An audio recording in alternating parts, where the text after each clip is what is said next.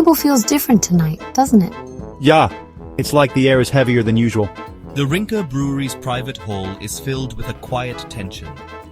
Friends and family gather, sharing glances that say more than words ever could. The warmth of the room can't quite chase away the uncertainty that hangs over them.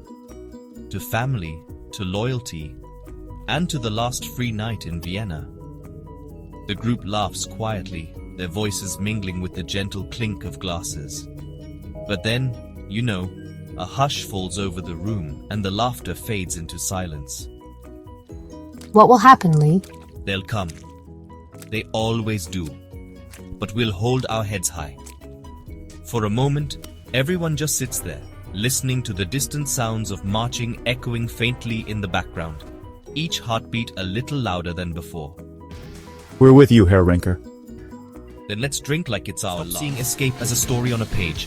Feel it in your bones. Imagine Vienna, 1938.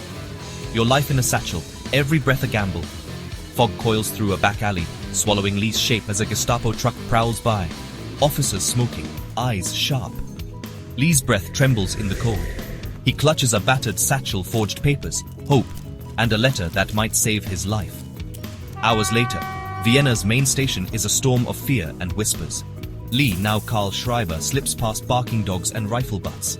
He witnesses a mother torn from her son. Horror flickers in his eyes, but survival demands silence. He boards a freight car. The whistle's cry is both promise and threat. Moonlight slices the dark. At a checkpoint, boots thunder. Lee's panic erupts. He leaps, crashing into gravel, vanishing beneath the train as soldiers shout and dogs snarl above. Dawn, the Black Forest.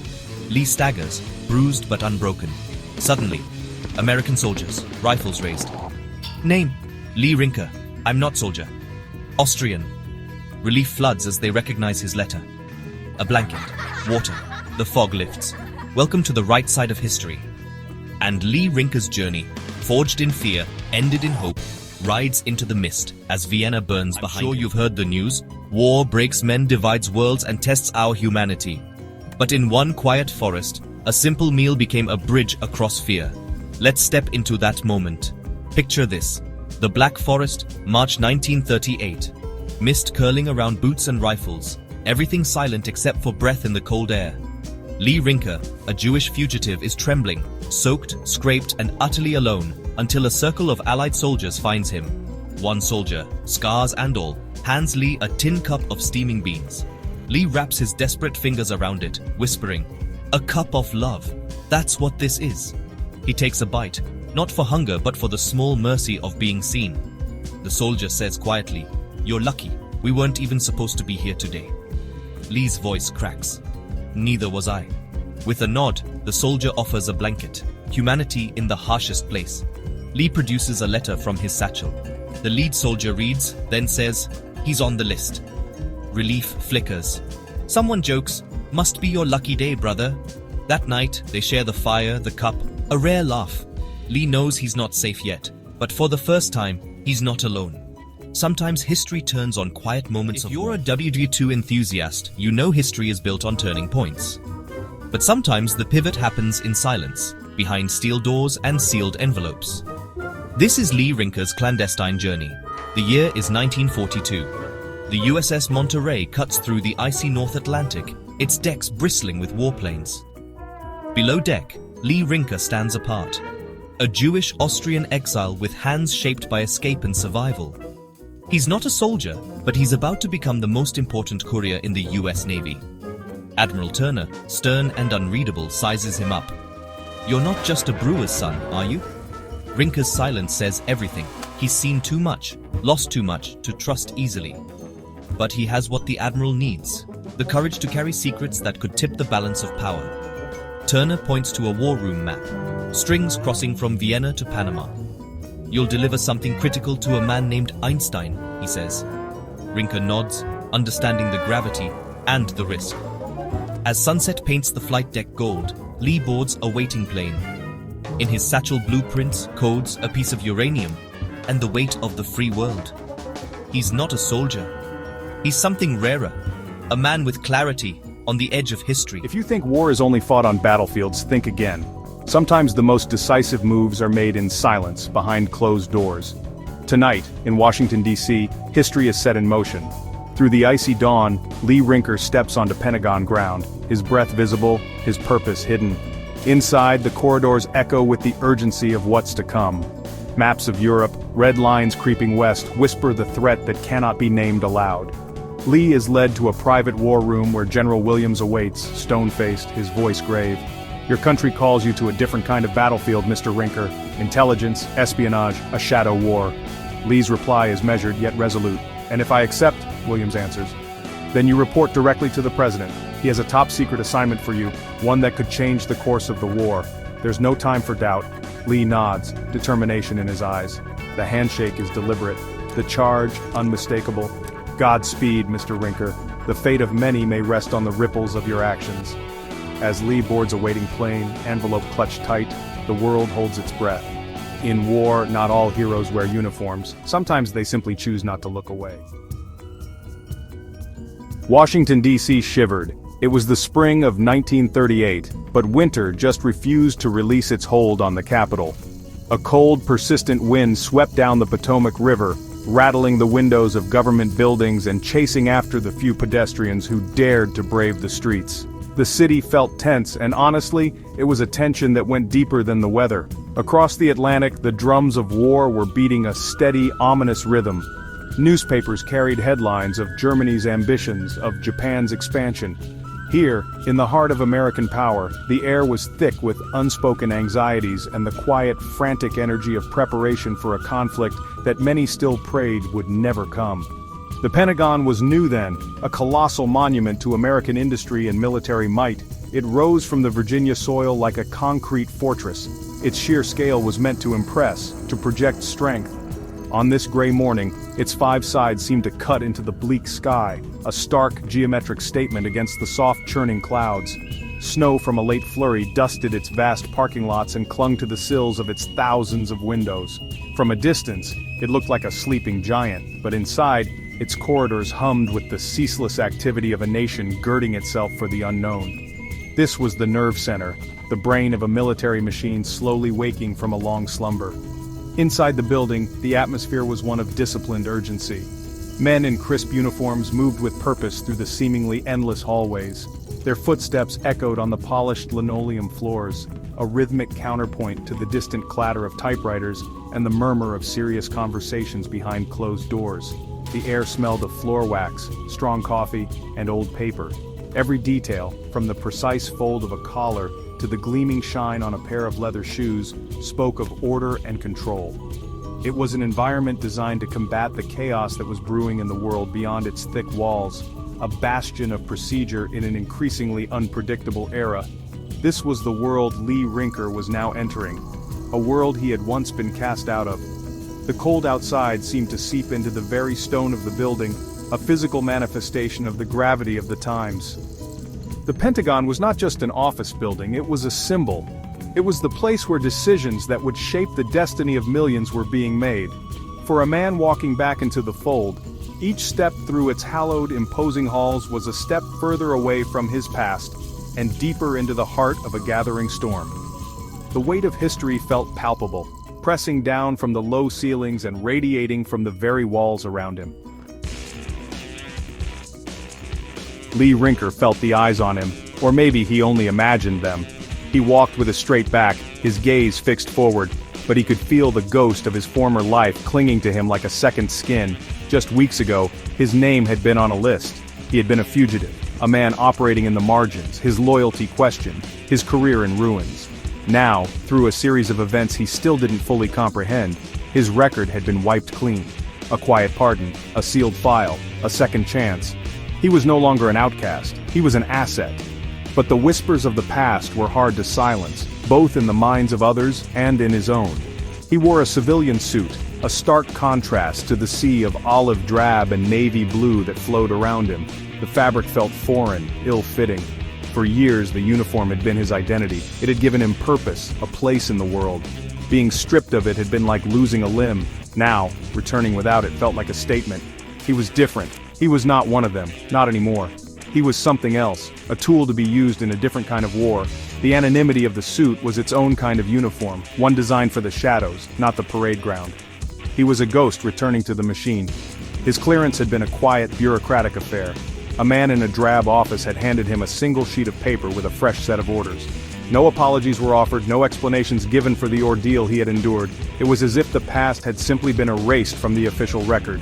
"You are to report to General Williams," the man had said, his voice devoid of emotion. "Pentagon, room 4E, 724, immediately."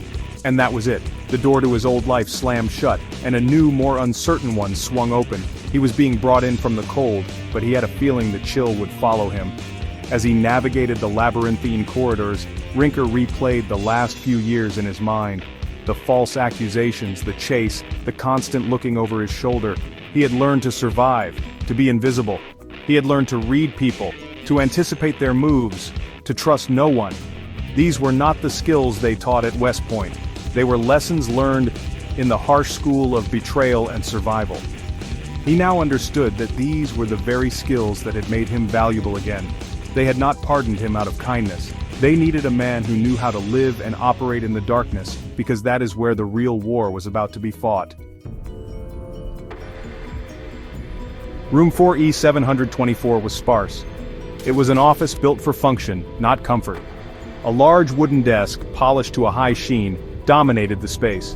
Behind it sat General Mark Williams, a man whose face looked as if it had been carved from granite. Two American flags stood sentinel in the corners of the room, their colors a vibrant splash against the muted tones of the walls. The air was still and heavy, thick with the scent of old leather and the faint, sweet smell of pipe tobacco. General Williams did not rise when Lee entered. He simply watched him approach, his eyes cold and appraising, like a jeweler examining a potentially flawed diamond. "Rinker," the general said. His voice was a low, gravelly rumble, a sound that carried the weight of command. It was not a question, but a statement of fact. "Close the door." Lee did as he was told, the click of the latch sounding unnaturally loud in the silence. He stood before the desk, hands held loosely at his sides, waiting. The general gestured to the single chair opposite him. "Sit." Lee sat. The leather of the chair creaked in protest. General Williams leaned back, steepling his fingers beneath his chin, his gaze never leaving Lee's face. The silence stretched on, a deliberate tool to unnerve, to assert dominance. "Your file has been cleared," Williams began, his tone clipped and devoid of warmth. "As far as the United States Army is concerned, the events of the past 2 years did not happen. You are a patriot. Your record is spotless." He paused, letting the words hang in the air. "But you and I know the truth. You are not the same man who was drummed out of the service. The world you lived in out there, it changed you. It taught you things we cannot teach. That is why you are here." There was no hint of sympathy in his voice, only cold, hard pragmatism. He was assessing a weapon, not consoling a man. "Your new duty will not involve a uniform," the general continued, his eyes boring into Lee. "It will not involve parades or public recognition. Your work will be silent. It will be dangerous. You will operate outside the normal channels of command. You will engage in activities that, if they were to come to light, would be officially and vigorously denied by your government." He leaned forward slightly, his voice dropping even lower. "You will be a ghost, Rinker. A whisper. Your successes will be buried, and your failures will be your own. Do you understand the nature of this work?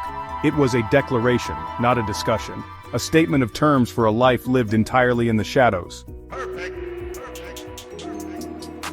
General Williams opened a thin manila folder on his desk. It contained a single sheet of paper. He did not show it to Lee. He merely glanced at it as if to confirm the information he was about to impart. "The world is on a knife's edge, Rinker. You read the papers, you see the newsreels. But the papers don't tell a tenth of the story. While politicians make speeches about peace and diplomacy, another war is already being fought. It is a war of whispers, of stolen documents, of secrets traded in dark alleys. It is a war of intelligence, and right now, we are losing it." He spoke of the enemy not as soldiers in uniform but as a pervasive, unseen force. "They have agents everywhere," Williams said, his voice a low, intense murmur. "In our factories, in our universities, even within the walls of this very building. They are gathering information on our capabilities, our intentions, our weaknesses. They are mapping our defenses, stealing our technology, sowing discord. Every blueprint that goes missing, every shipping schedule that is leaked, every political secret that is compromised, brings the enemy one step closer to victory before a single shot is even fired. This is the battlefield you are entering. The general's words painted a grim picture of a nation vulnerable, besieged from within. The stakes, he made clear, were absolute. This is not about winning a single battle, he explained, his gaze unwavering. This is about survival. The survival of this nation. The survival of freedom itself. The information you will be tasked to protect, and the information you will be tasked to acquire, could mean the difference between a world that remains free and a world that falls into darkness. The work is lonely. It is thankless. But there is no work more vital to the security of the United States right now. Your life, as you knew it, is over, Williams stated with brutal finality. From this moment on, you will exist in the shadows. There will be no medals for what you are about to do. There will be no commendations. Your only reward will be the knowledge that your actions may have saved us from a catastrophe too terrible to contemplate. If you are caught, we will not know you. If you are killed, your body will not be recovered. You will be utterly and completely alone. He paused, letting the crushing weight of that reality settle upon Lee. This is the price of admission to the silent war. Are you prepared to pay it? Lee sat perfectly still in the chair, the general's words echoing in the quiet room. He felt a cold knot of apprehension tighten in his stomach. Alone, disavowed, a ghost. The terms were stark, brutal, and absolute. Every instinct for self-preservation screamed at him to stand up, to walk out of the room, to disappear back into the anonymous life he had been forced to build. The fugitive's life was dangerous, but at least it was his own. This was a different kind of cage, one gilded with patriotism, but a cage nonetheless. The fear was real, a metallic taste in the back of his throat. Yet beneath the fear, another feeling began to stir, a sense of resolve. He thought of the past 2 years, the bitterness of being cast out, the shame of being branded a traitor. He had lost everything, his career, his reputation, his sense of belonging. Now, he was being offered a path back, not to what he had been, but to something more. He was being handed a chance to fight back, not just for his own honor, but for the country that had wrongly accused him. There was a strange, grim justice in that. The very skills he had learned as an outcast were now the keys to his redemption. A sense of destiny began to crystallize within him. It was not a grand or glorious feeling, but a quiet, somber acceptance. Perhaps this was what his life had been leading to all along. The training at the academy, the years in the field, and even the dark period of his exile. It had all been preparation. Preparation for a role that few could undertake. He looked at the general, at the flag standing silent in the corners, and felt the weight of the moment settle upon him. This was more than an assignment, it was a calling, a chance to turn the pain of his past into a weapon for the future. He finally broke the silence, his voice steady and clear, betraying none of the turmoil within. "I am, sir." The words were simple, but they carried the weight of an unbreakable oath. In that moment, Lee Rinker shed the last vestiges of the man he had been. The soldier, the fugitive, they were gone. In their place was something new, something forged in the crucible of betrayal and isolation. He was an instrument of a silent war, and he had just accepted his purpose. A quiet resolve hardened within him, cold and sharp as steel. He would walk into the shadows because that was where he was needed most. The fear was still there, but now it was secondary to his duty. General Williams stood and walked to a wall that, to my surprise, was covered by a heavy velvet curtain. With a smooth pull of a cord, the curtain slid aside, revealing a massive map of the world. It wasn't a standard political map. This one was, alive with pins, lines, and symbols, a terrifying, intricate tapestry of global conflict. Red lines snaked across Europe, marking the inexorable spread of German influence. In the Pacific, the rising sun emblem of Japan was stamped across Manchuria and was creeping down the coast of China. It was the world's fever chart, and the patient was gravely ill. "This is the reality the politicians don't want to see," Williams said, his voice low as he stood before the map. He used a long wooden pointer to trace the lines of aggression. "Germany is rearming at a pace the world has never seen. Their factories run day and night, their armies are mastering new tactics. Austria is gone, Czechoslovakia is next. After that, Poland, France, all of Europe." His pointer moved across the map, tapping each location like a drumbeat of doom. And they are not alone. In Italy, Mussolini dreams of a new Roman Empire. In the Far East, Japan believes it is their divine destiny to rule all of Asia. The sheer scale of the threat was honestly breathtaking. Seeing it laid out like this in stark, clinical detail was far more impactful than any newspaper headline. The room was quiet, insulated from the outside world, yet it felt like the most important place on Earth. This was where the grand strategy was born. I could see small clusters of pins representing naval fleets, arrows indicating potential invasion routes, and circles highlighting critical industrial zones. It was a chessboard of immense complexity, and the pieces were nations, armies, and millions of human lives. The silent war of intelligence was the key to anticipating the opponent's next move. Every piece of information matters, the general continued, turning from the map to face me. A shipping manifest from Hamburg could tell us about their resource shortages. A stray comment from a diplomat in Tokyo could reveal their naval ambitions. A scientific formula smuggled out of a Berlin laboratory could change the balance of power entirely. He looked me directly in the eye, the gravity of his next words unmistakable. Your actions, Rinker, as small and secret as they may be, will have consequences that ripple across this entire map. You may never see the results, but you will be shaping them. The weight of the world seemed to be in that room, reflected in the colored pins on the wall. General Williams walked back to his desk and picked up a sealed, heavy envelope. It was marked with a single stark word, eyes only. He held it out to me. Your first assignment, he said. The formality was gone, replaced by an urgent, almost paternal seriousness. The details are inside. Read them, memorize them, and then burn the envelope and its contents. No copies, no notes. The information must exist only in your mind. I took the envelope. It felt heavier than it should, weighted with the secrets it contained. I nodded, understanding the protocol implicitly. In this new world, paper was a liability. You leave tonight, Williams continued, his tone leaving no room for questions. A car will be waiting for you at the south entrance in 1 hour. It will take you to Bowling Field. A transport plane will be waiting. Your destination is the Panama Canal Zone. Panama. The name hung in the air. The canal. The vital artery connecting the Atlantic and Pacific fleets. A strategic choke point of immense importance. Any threat to the canal would be a catastrophic blow to American naval power, effectively cutting the fleet in half. The choice of location immediately underscored the high stakes of my mission. The general elaborated, though his words were carefully chosen, layered with caution. There is a man in the canal zone, a scientist. He is a German refugee, a brilliant mind that we managed to get out of Europe before it was too late. The enemy knows of his importance, they know where he is. We believe they will make a move to either capture him or eliminate him. Your primary objective is to make contact with him and deliver a message. A message that comes directly from the president. The direct link to the White House sent a fresh jolt of adrenaline through me. This was a level of trust and responsibility I had never imagined. This man is a physicist, Williams added, almost as an afterthought, but his eyes betrayed the significance of the detail.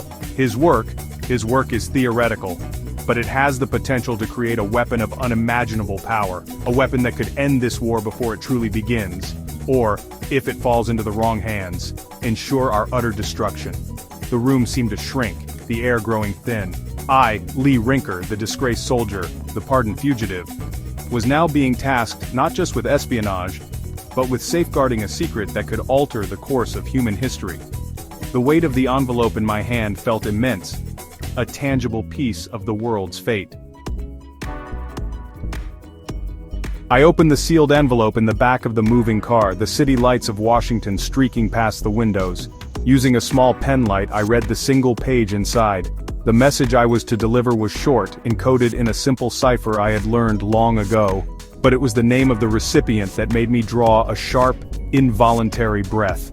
Professor Albert Einstein. I had read about the man in magazines, the famous German physicist who had turned the world of science on its head with his theories of relativity. The man with the wild hair and the gentle eyes, now a refugee from the tyranny he had warned the world about. The file provided a brief but chilling context. German intelligence, the Abwehr, had become aware of the potential military applications of Einstein's theoretical work in atomic fission. While many in the Allied command still considered it science fiction, a small, forward-thinking circle around the president took the threat seriously. They had moved Einstein to a secure, undisclosed location in the Panama Canal Zone, believing the remote, heavily fortified U.S. territory would be safe. They were wrong. Intercepted communications suggested an enemy operation was imminent. The stakes were no longer theoretical. I memorized the contents of the page, the coded message, the rendezvous protocols, the recognition phrases. Then I held the corner of the paper and the envelope to the car's cigarette lighter.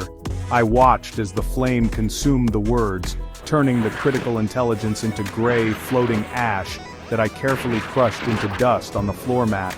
The knowledge was now locked in my mind alone. I was the sole bearer of a message from the President of the United States to the most brilliant scientist on the planet, a message that likely urged him to turn his genius toward the creation of a terrible new weapon. I thought about the irony of it all. Einstein, a devoted pacifist, was now at the center of a military operation of the highest secrecy, and I, Lee Rinker, a man who had been cast out and hunted by his own government, was now entrusted with its most critical secrets. The world was turning upside down. The old rules no longer applied. As the car pulled onto the airfield, I felt the profound gravity of my mission. I was not just a courier, I was a link in a chain that connected the highest office in the land to a power that could reshape the world. The quiet, emotional weight of this realization was heavier than any pack I had ever carried. The aircraft was a Douglas C-47 Skytrain, its twin engines idling with a low, rumbling growl that vibrated through the soles of my shoes. It stood alone on the dark tarmac of Bowling Field, a stark silhouette against the faint glow of the distant city.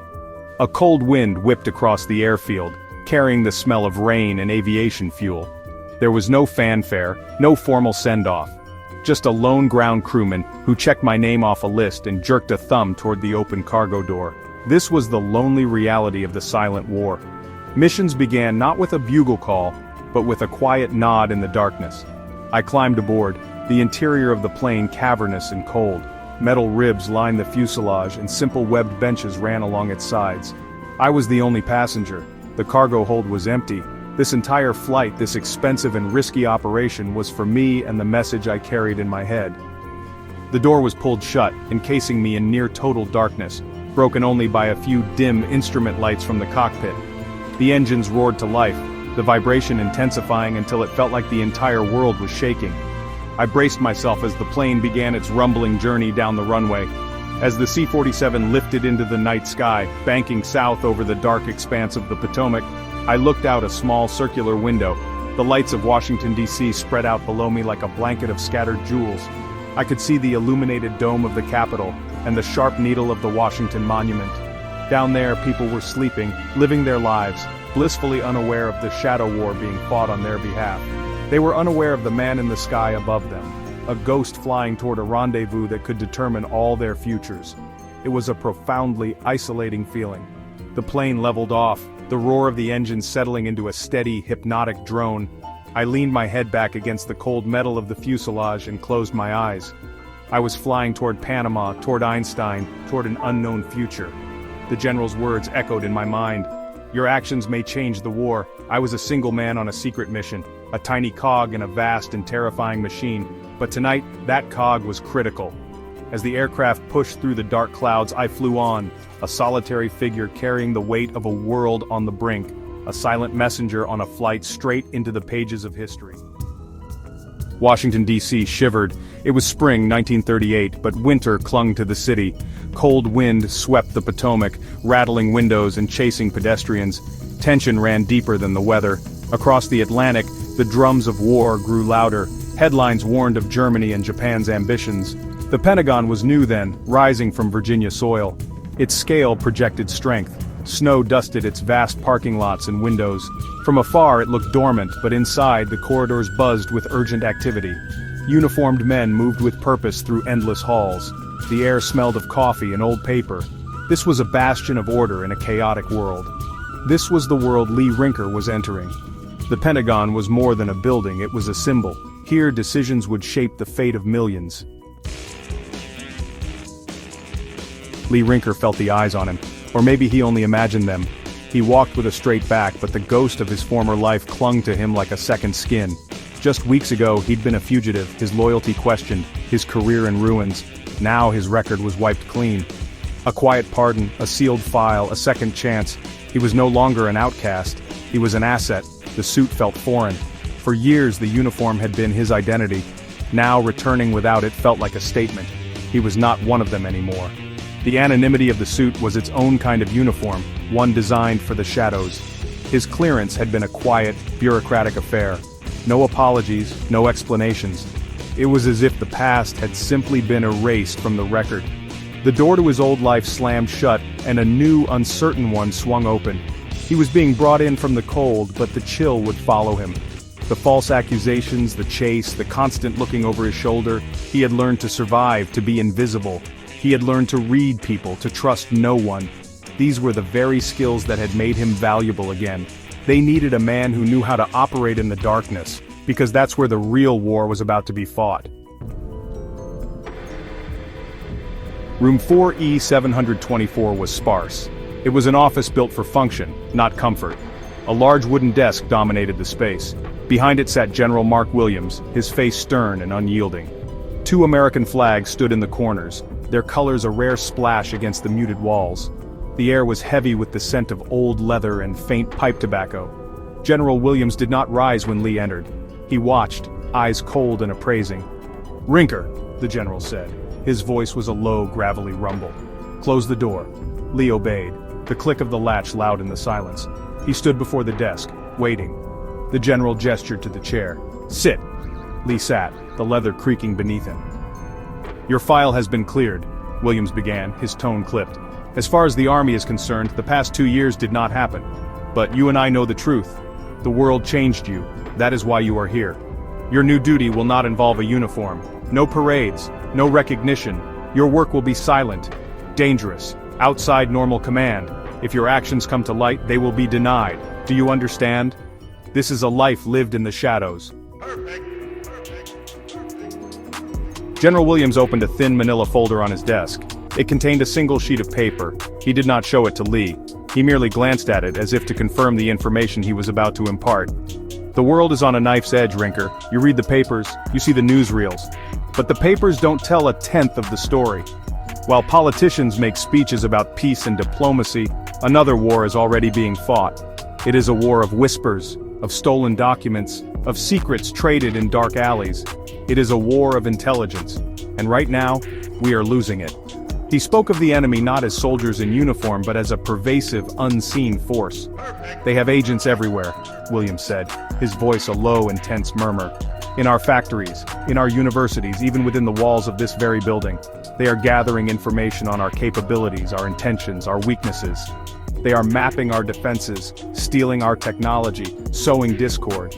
Every blueprint that goes missing, every shipping schedule that is leaked, every political secret that is compromised, brings the enemy one step closer to victory before a single shot is even fired. This is the battlefield you are entering." The general's words painted a grim picture of a nation vulnerable, besieged from within. The stakes, he made clear, were absolute. "This is not about winning a single battle," he explained, his gaze unwavering. "This is about survival. The survival of this nation. The survival of freedom itself.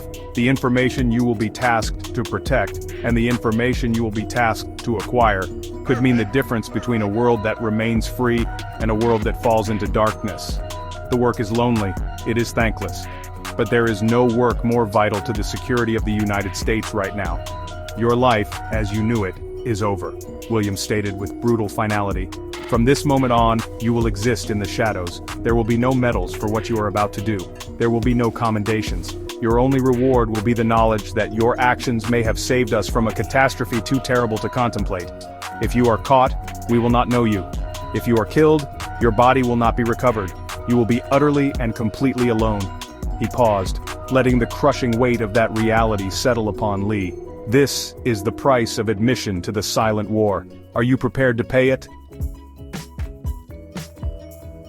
Lee sat perfectly still in the chair, the general's words echoing in the quiet room. He felt a cold knot of apprehension tighten in his stomach.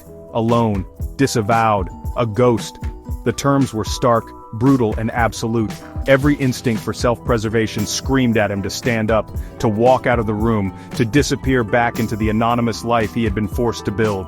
The fugitive's life was dangerous, but at least it was his own. This was a different kind of cage, one gilded with patriotism, but a cage nonetheless. The fear was real, a metallic taste in the back of his throat. Yet beneath the fear, another feeling began to stir.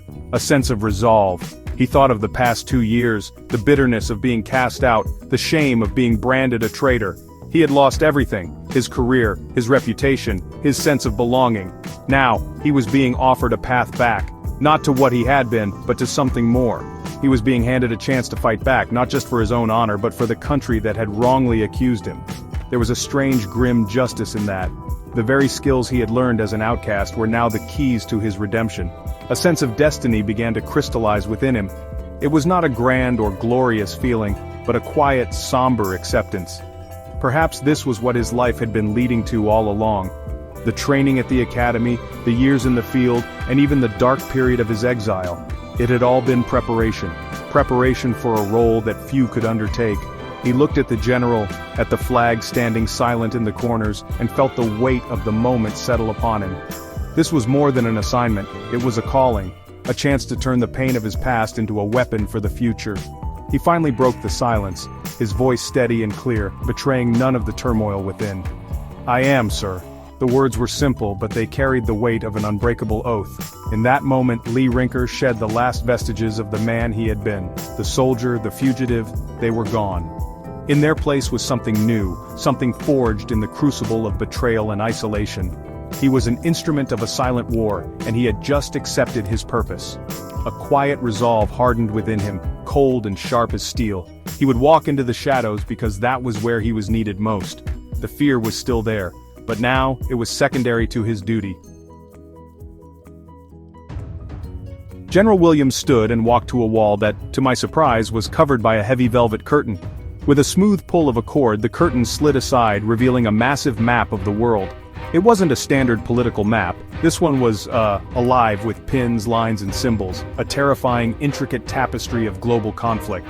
Red lines snaked across Europe, marking the inexorable spread of German influence. In the Pacific, the rising sun emblem of Japan was stamped across Manchuria and was creeping down the coast of China. It was the world's fever chart, and the patient was gravely ill.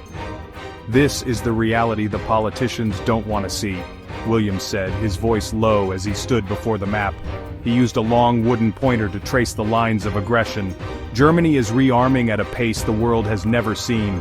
Their factories run day and night, their armies are mastering new tactics. Austria is gone, Czechoslovakia is next. After that, Poland, France, all of Europe." His pointer moved across the map, tapping each location like a drumbeat of doom, and they are not alone. In Italy, Mussolini dreams of a new Roman Empire. In the Far East, Japan believes it is their divine destiny to rule all of Asia.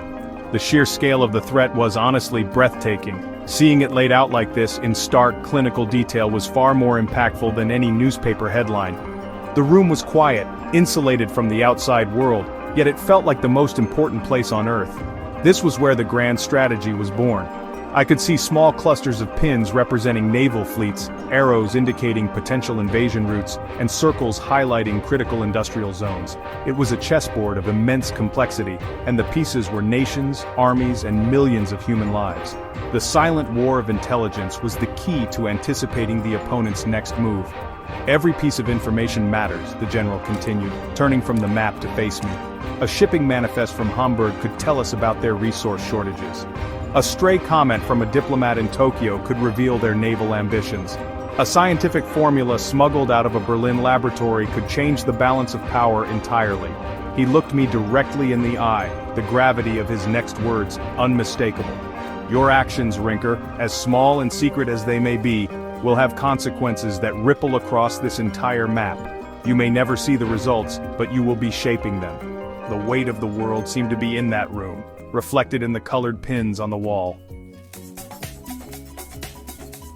General Williams walked back to his desk and picked up a sealed, heavy envelope. It was marked with a single stark word, "Eyes only." He held it out to me. "Your first assignment," he said. The formality was gone, replaced by an urgent, almost paternal seriousness. "The details are inside. Read them, memorize them, and then burn the envelope and its contents.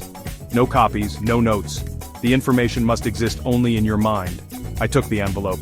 It felt heavier than it should, weighted with the secrets it contained. I nodded, understanding the protocol implicitly. In this new world, paper was a liability. "You leave tonight," Williams continued, his tone leaving no room for questions. A car will be waiting for you at the south entrance in 1 hour. It will take you to Bowling Field. A transport plane will be waiting. Your destination is the Panama Canal Zone. Panama. The name hung in the air. The canal. The vital artery connecting the Atlantic and Pacific fleets. A strategic choke point of immense importance. Any threat to the canal would be a catastrophic blow to American naval power, effectively cutting the fleet in half. The choice of location immediately underscored the high stakes of my mission. The general elaborated, though his words were carefully chosen, layered with caution. There is a man in the canal zone, a scientist. He is a German refugee, a brilliant mind that we managed to get out of Europe before it was too late. The enemy knows of his importance, they know where he is. We believe they will make a move to either capture him or eliminate him. Your primary objective is to make contact with him and deliver a message. A message that comes directly from the president. The direct link to the White House sent a fresh jolt of adrenaline through me. This was a level of trust and responsibility I had never imagined. This man is a physicist, Williams added, almost as an afterthought, but his eyes betrayed the significance of the detail. His work is theoretical, but it has the potential to create a weapon of unimaginable power, a weapon that could end this war before it truly begins, or, if it falls into the wrong hands, ensure our utter destruction. The room seemed to shrink, the air growing thin. I, Lee Rinker, the disgraced soldier, the pardoned fugitive, was now being tasked not just with espionage, but with safeguarding a secret that could alter the course of human history. The weight of the envelope in my hand felt immense, a tangible piece of the world's fate. I opened the sealed envelope in the back of the moving car, the city lights of Washington streaking past the windows. Using a small pen light, I read the single page inside. The message I was to deliver was short, encoded in a simple cipher I had learned long ago, but it was the name of the recipient that made me draw a sharp, involuntary breath. Professor Albert Einstein. I had read about the man in magazines, the famous German physicist who had turned the world of science on its head with his theories of relativity. The man with the wild hair and the gentle eyes, now a refugee from the tyranny he had warned the world about. The file provided a brief but chilling context. German intelligence, the Abwehr, had become aware of the potential military applications of Einstein's theoretical work in atomic fission. While many in the Allied command still considered it science fiction, a small, forward-thinking circle around the president took the threat seriously. They had moved Einstein to a secure, undisclosed location in the Panama Canal Zone, believing the remote, heavily fortified U.S. territory would be safe.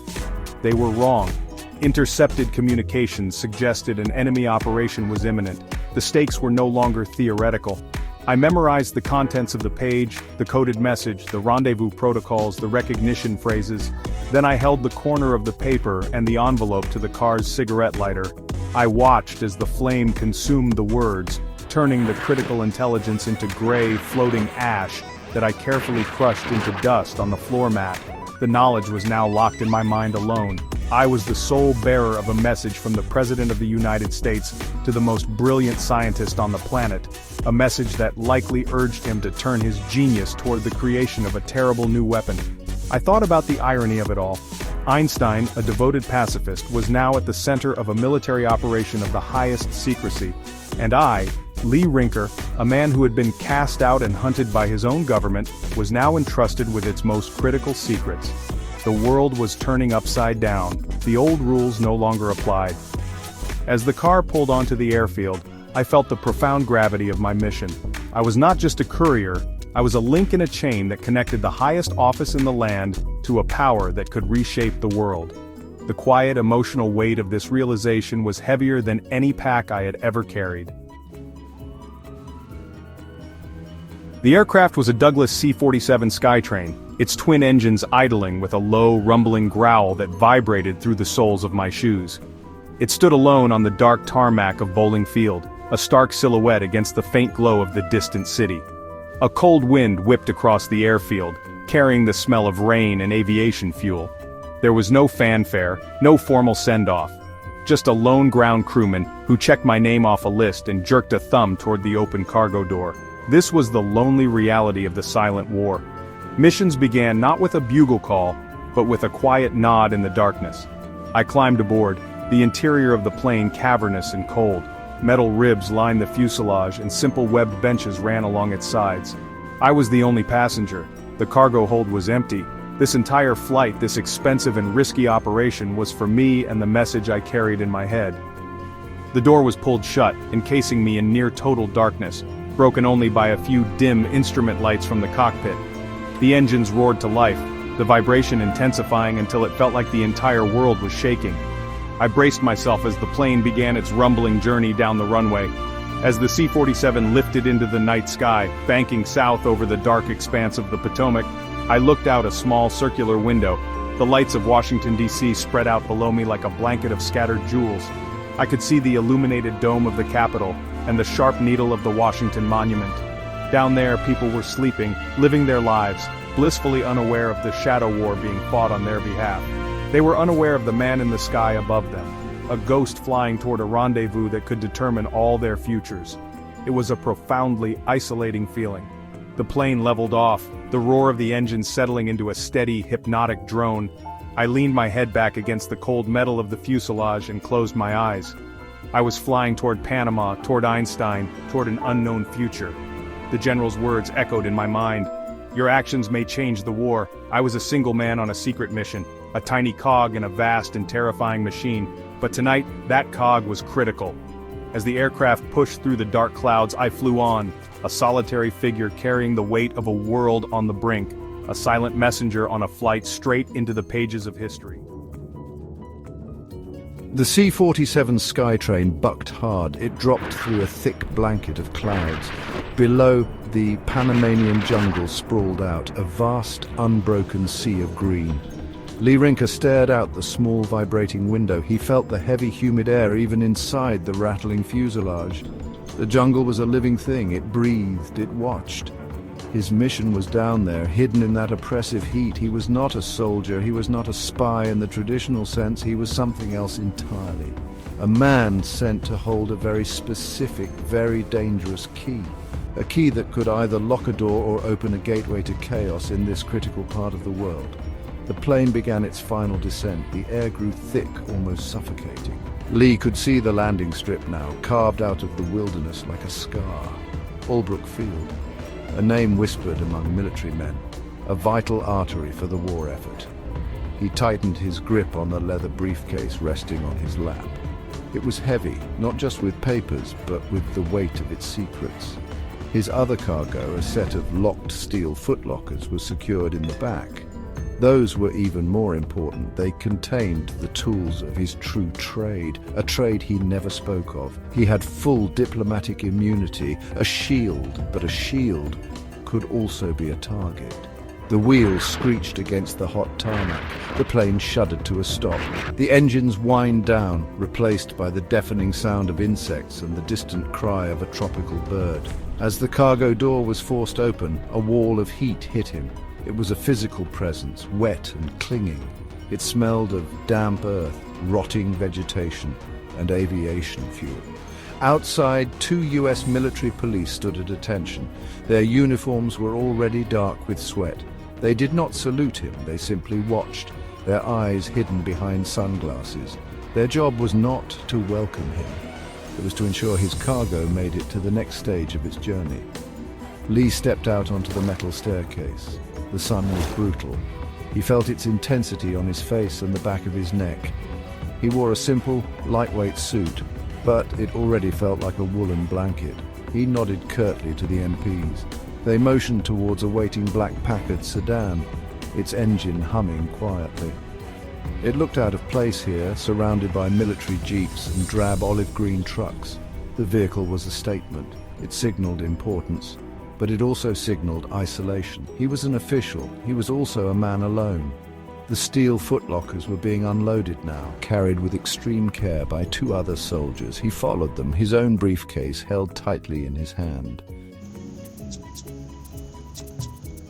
The driver was a local. His name was not offered. Lee did not ask. The man's face was a stoic mask, his eyes fixed on the road ahead. He handled the big American car with a quiet efficiency that spoke of years navigating these winding, humid roads. Lee sat in the back, the leather seat sticking to his suit. The steel footlockers were in the trunk. He could feel their presence behind him, a constant low-grade hum of anxiety. The windows were rolled down, but the air that flowed in offered no relief. It was just more of the same thick, tropical soup. They were moving through the Panama Canal Zone, a slice of America cut into the heart of Central America. They passed by neatly manicured lawns. They saw American-style bungalows with screened-in porches. They drove past military installations, guarded by fences and serious-looking men with rifles. It was a world within a world. An island of order surrounded by a jungle that seemed to want to swallow it whole. Lee watched the scenery pass by. He saw the faces of the people, the American soldiers, confident and loud, the Panamanian workers moving with a slower, more deliberate pace. Two cultures, living side by side but worlds apart. He knew this fragile balance was what he was here to protect, or, if necessary, to manipulate. The silence in the car was absolute, broken only by the engine and the tires on the hot pavement. Lee Rinker was officially designated as a special attaché to the ambassador. A vague title, it meant nothing and everything. To the embassy staff, he was an expert in trade logistics, a bureaucrat sent from Washington to sort out shipping manifests. This was his cover, a deliberately boring one. The truth was far different. He was the secret ambassador, the one who would handle the matters that could never be written down in official cables. The meetings that would take place in back alleys and on remote fishing boats. The kind of diplomacy that involved threats as much as it involved handshakes. His predecessor had vanished. No one spoke of it, but Lee knew. He had read the file. The city of Panama began to rise in the distance, a collection of colonial-era buildings and newer, more modern structures, all shimmering under the relentless sun. The driver did not slow down. He navigated the growing traffic with an unnerving calm. Lee thought about his mission, to disappear in plain sight, to become a fixture in the background, a piece of the embassy furniture that no one noticed until it was time to act. It was a dangerous game. The Axis had eyes and ears everywhere here. The canal was the prize. Disrupting it would be a major victory for them, and he was the man sent to stand in their way, armed with little more than a briefcase, a few steel boxes, and a license to be invisible. The embassy reception was already in full swing. The air was thick with perfume, cigar smoke, and the clinking of glasses. Fans whirred overhead, fighting a losing battle against the evening heat. Lee stood near a large open doorway that led to a veranda. He held a glass of water. He did not drink, he just watched. The room was a collection of whispers and sidelong glances. He saw military attachés in their crisp dress uniforms, career diplomats with practiced smiles, and wealthy Panamanian businessmen looking for opportunities. Every person in this room had an agenda. Every conversation was a potential transaction. He felt a dozen pairs of eyes on him at any given moment. He was the new man, the unknown quantity. They were trying to measure him up. He offered them nothing. When introduced, he would nod, offer a brief non-committal smile, and say very little. He answered questions about his journey with simple, dull responses. The flight was uneventful. Washington is fine. He was building his persona brick by boring brick. He was Lee Rinker, the logistics guy, the man you wouldn't remember meeting. It was a role he had perfected over the years, to be present but unseen, to be a ghost in the room, listening to the frequencies that no one else could hear. He trusted no one here.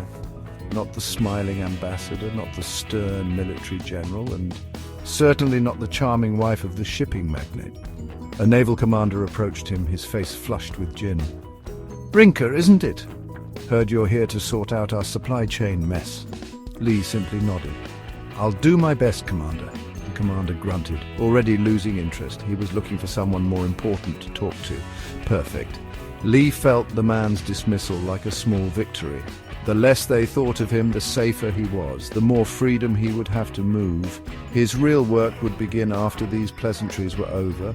It would happen in the quiet hours of the night, in places far from this gilded cage. His mission was not about shipping manifests. It was about preventing sabotage, rooting out spies, and ensuring the Panama Canal remained a fortress. He saw the German trade representative across the room, a man named Klaus Richter. Richter was watching him. There was no pretense, no subtlety, just a cold, analytical stare. Lee met his gaze for a brief second before looking away, feigning disinterest, but the message was received. The game had already begun. Richter knew he was not just a logistics clerk. Maybe he didn't know the specifics, but he knew Lee was a player. The tension in the room was a living thing, a coil tightening around him. He was supposed to be a diplomat with full immunity, but in this shadow war, a diplomatic passport was just a piece of paper. It wouldn't stop a knife in a dark alley or a bomb in his car. Later, Lee stood alone on the veranda of his assigned quarters. The party was over. The embassy was quiet. The sun was setting over the Pacific, painting the sky in violent streaks of orange, purple, and red. The view was magnificent. He could see the lights of Panama City beginning to flicker to life in the distance. He could hear the low growl of a ship's horn as it prepared to enter the canal. This narrow strip of water was the reason he was here.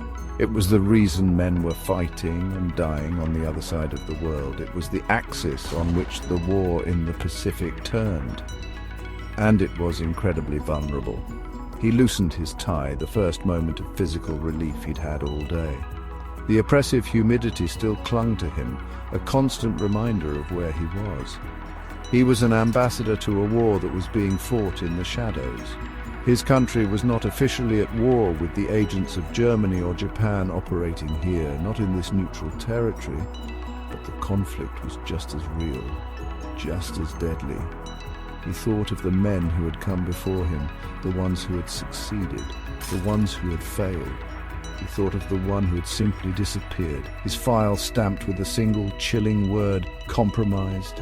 His mind turned to the steel footlockers, now safely stored in a locked room behind him. They contained radio equipment, coded communication gear, and other, less conventional tools. The tools needed to fight a war that had no front lines and no clear enemy soldiers. His immunity would protect him from the local police. It would allow him to move freely. But it would not protect him from a well-placed assassin or a carefully orchestrated accident. He was a target. He knew it. The German Richter knew it. The stakes were absolute.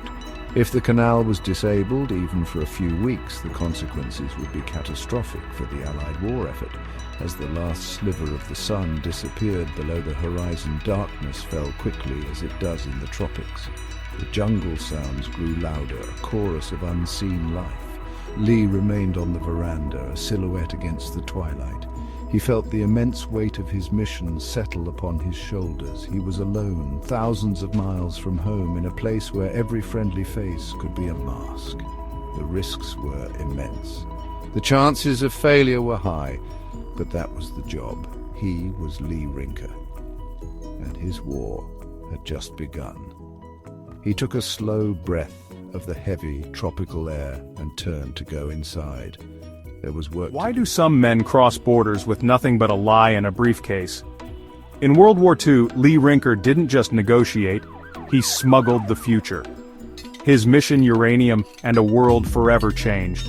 1. Panama's air humid, charged with secrets.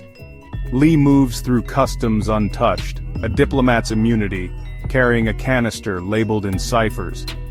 In Norway's winter, a silent exchange with a nameless ally enriched uranium, hope for the Allies, doom for the careless. But every step is sacrifice. In a clandestine lab, Einstein's Geiger counter screams, Lee's body is already poisoned. He asks, what are the symptoms? The answer, fatigue, cancer, a countdown. Yet Lee doesn't falter. Under moonlight, he clings to his burden, knowing it's not just uranium, it's the fate of nations. In espionage, survival is rare. Conscience, rarer still. I don't think people understand. Sometimes history's turning points happen in utter silence. No speeches, just two strangers, a canister and the weight of everything. 1938, Lee Rinker, under diplomatic cover, meets a Norwegian resistance agent. Is this it? The first piece of the puzzle? Yes, enriched uranium as promised. No words wasted. Just the hope of millions passed hand to hand. Come, Let me test your radiation exposure. I'm afraid I have bad news, Mr. Rinker. You've exceeded the safe limit. Even I and Mr. Oppenheimer haven't received that much. You may feel fine now, but damage accumulates. Nausea, fatigue, cancer. If you continue, it will kill you. What are the symptoms? Then I do it knowing what it'll cost, because this is bigger than both of us. The air at the Panamanian consulate was thick and heavy, a warm blanket of humidity that clung to the skin and smelled of night-blooming jasmine and damp earth. It was the kind of tropical night that felt alive, where every sound seemed to carry for miles. Flickering candlelight danced across the polished tiles of the veranda, casting long, wavering shadows that played tricks on the eyes. The soft glow illuminated the elegant figures of diplomats and their wives, men in crisp white linen suits and women in flowing gowns of silk and satin. They moved with a practiced grace, their conversations a low murmur that blended with the gentle clinking of ice in crystal glasses. Beyond the ornate iron railing of the veranda, the world fell away into a velvet darkness, broken only by the distant, steady glow of the Panama Canal. The lights from the massive locks and passing ships created a ribbon of gold against the black water, a testament to human will against the jungle. A small jazz trio, tucked into a corner near a cascade of bougainvillea, played a slow, soulful melody. The saxophone's notes seemed to hang in the humid air, a sound both lonely and hopeful, weaving through the conversations and laughter. Palm fronds rustled in the occasional breeze, a soft percussion accompanying the music. The scene was one of carefully constructed elegance, a small island of civilization carved out of the wild, untamed beauty of the isthmus. It was a place where powerful people made quiet deals, where alliances were forged over glasses of rum, and where the future of nations could be shaped by a whispered word or a meaningful glance. The atmosphere was charged with a quiet energy, a sense of importance that hummed just beneath the surface of the polite smiles and easy laughter. Yet, for all its grandeur, it was a world of surfaces, a carefully choreographed dance where everyone knew their part. Every detail was perfect, from the arrangements of orchids on the tables to the silent efficiency of the staff who moved through the crowd. The night was a portrait of colonial charm, a moment suspended in time where the worries of the world seemed to fade into the background, replaced by the simple, immediate sensations of the tropics. The scent of cigars mixed with expensive perfume, the cool feel of a sweating glass in one's hand, the sight of the moon rising over the jungle canopy. It was a night made for memories, for moments that would be looked back upon for years to come. Standing apart from the clusters of conversation near the cool iron of the railing was Lee Rinker. He held a drink in his hand, the ice long melted, but he seemed not to notice. His white suit was impeccably tailored, but he wore it with a quiet stillness that set him apart from the other men. While they gestured and laughed, Lee simply watched, his gaze fixed on the distant lights of the canal. He was a man who seemed more comfortable with landscapes than with people, more at home in the silent observation of the world than in the easy chatter of a party. His face, etched with the faint lines of sun and travel, held a reserved and pensive expression. His eyes, a soft gray like a morning mist, seemed to be seeing things far beyond the consulate walls, dusty roads in faraway lands, the cold expanse of an ocean, the silent streets of cities he had left behind. There was a loneliness about him, but it was not the frantic loneliness of someone desperate for connection. It was a deeper, more settled solitude, the kind a man carries with him like a well-worn coat, a familiar weight that has become a part of him. He took a slow sip of his drink, the warmth of the rum doing little to chase away the feeling of being an outsider. He had been to countless receptions like this one, in consulates and embassies all over the world. He knew the rhythms, the polite inquiries, the feigned interest. He could play the part if he had to, but tonight he felt no desire to join the performance. The music of the trio washed over him, its melancholic tune a fitting soundtrack to his thoughts.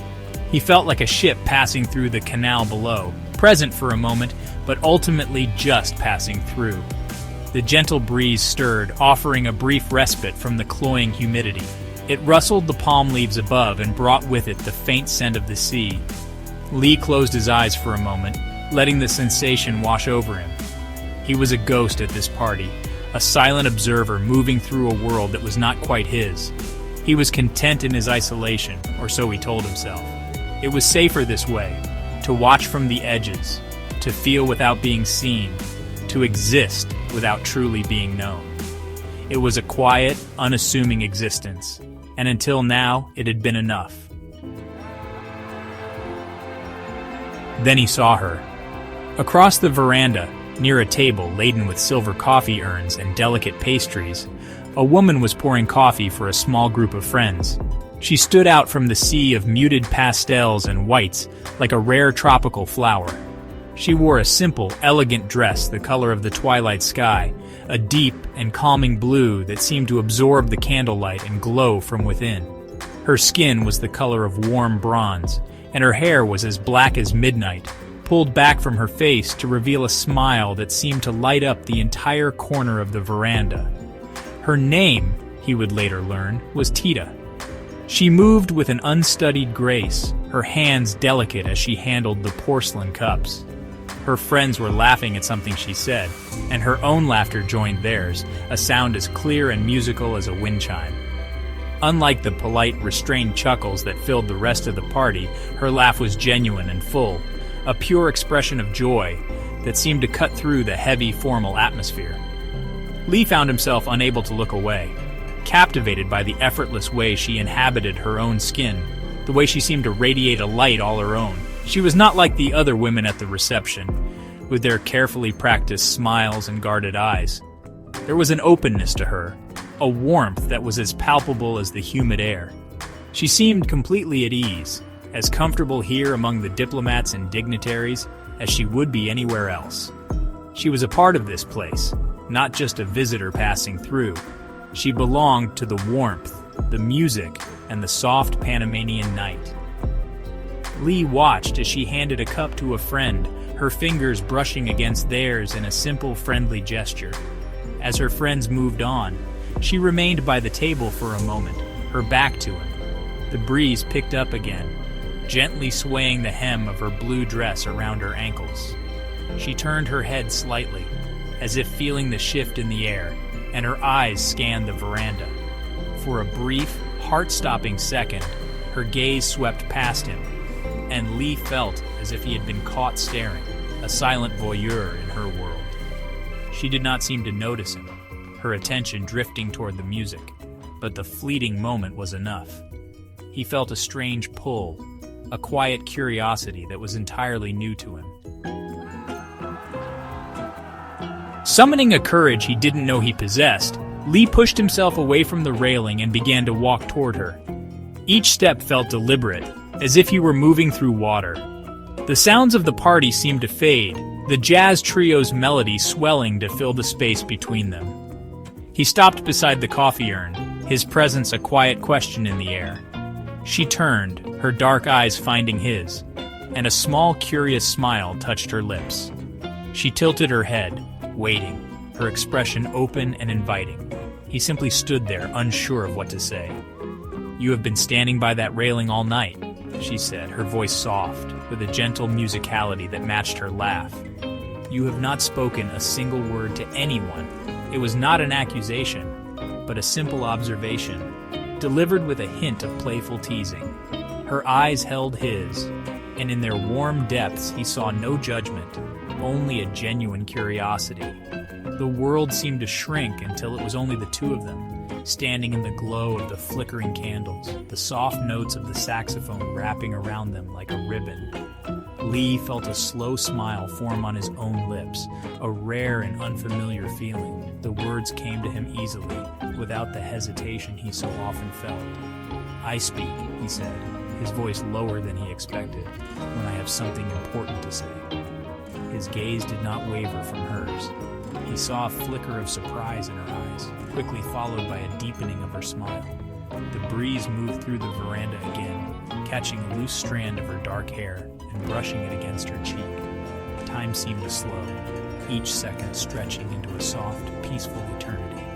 She held his gaze for a moment longer, then gave a small, graceful nod. Without another word, she turned and walked away, her blue dress flowing behind her as she rejoined the soft hum of the party. Lee did not follow. He simply watched her go, his hand resting on the warm silver of the coffee urn. The loneliness that had been his constant companion for so long had receded, replaced by a feeling he couldn't quite name. It was a quiet, gentle peace, a sense of stillness that felt like coming home. He knew with a certainty that settled deep in his soul that this was not an ending, but a I beginning. bet you didn't know the Panama Canal once witnessed a love story sweeter than any legend. Tonight, let's walk where Lee and Tita found their forever. Sunset spills gold across the canal as Lee and Tita wander, hand in hand. She presses a delicate orchid into his palm, her trust, her hope. He confesses, voice trembling, "I carry too many secrets." She smiles, gentle but brave. "They'll kill the rest of you if you don't let someone in." Later on the veranda, fireflies dance in the soft tropical air. Tita's dress glows in the moonlight. Lee stands, eyes steady for the first time, and holds out a ring. "In all my years, in every corner of the world," he whispers, "I never imagined I'd find something as precious as you." Tita's answer sparkles brighter than the moon. "Yes, 1,000 times yes. Love timeless as the Panama What I night." wish I knew at my wedding. The simplest moments are the sweetest. Just love, sand, and the sound of waves. Their vows drift on the breeze, laughter lifts, and time stands still. On this quiet Panama shore, love is simple, sacred, and Stop forever. pretending the war is over. It never really ended for Lee Rinker. He just learned to live between battles. Tonight, that truce is about to break. It's 1950 in Panama.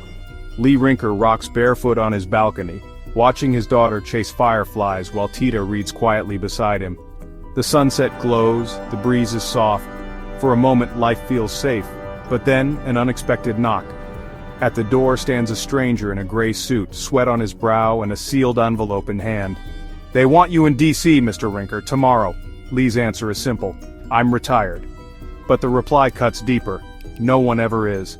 Inside, Tita doesn't need words. She already knows. They share a look, no anger, just that quiet ache of old wounds reopened.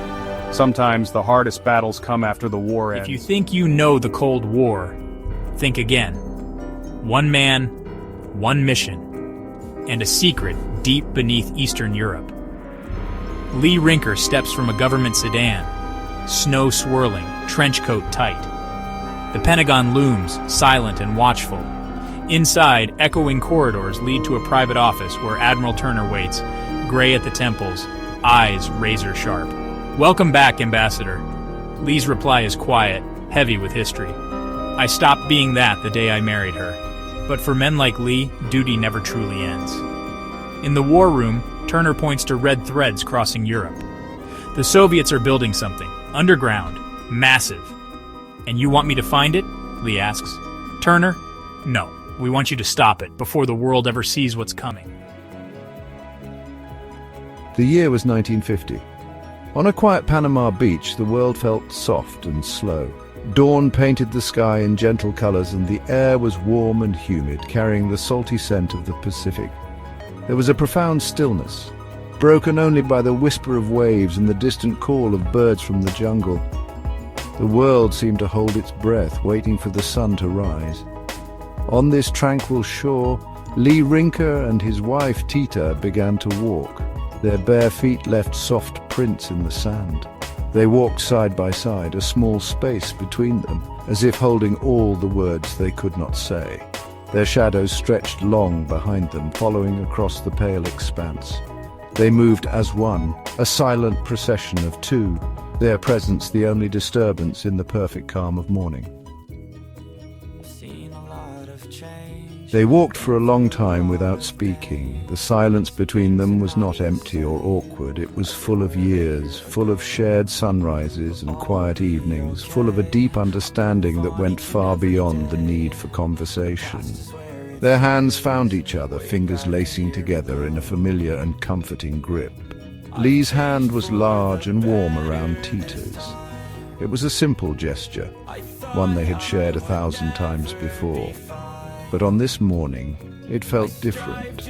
It felt like an anchor, something solid and real in a world that was about to shift beneath their feet. They held on tightly, as if trying to memorize the feeling. The sand was cool and forgiving under their feet, the grains shifting with each step. They watched the small shorebirds skittering along the waterline, darting away from the gentle foam of the incoming waves. The birds moved with a frantic energy that stood in stark contrast to the couple's slow, somber pace. Lee and Tita were a picture of stillness in motion. Their thoughts turned inward even as their eyes took in the serene beauty around them. Their shared gaze followed the arc of a pelican gliding low over the water, its wings barely seeming to move. The world continued its simple, beautiful rhythm, unaware of the quiet breaking of their hearts. Finally, Tita stopped walking. She turned to face Lee, her hand still held firmly in his. The soft light of the dawn illuminated her face, catching the sadness in her dark eyes. Her voice, when she spoke, was as quiet as the waves. It was just a whisper, nearly carried away by the gentle breeze. "Will you come back, Lee?" she asked. The question hung in the warm air between them, simple and direct, yet holding the weight of their entire future.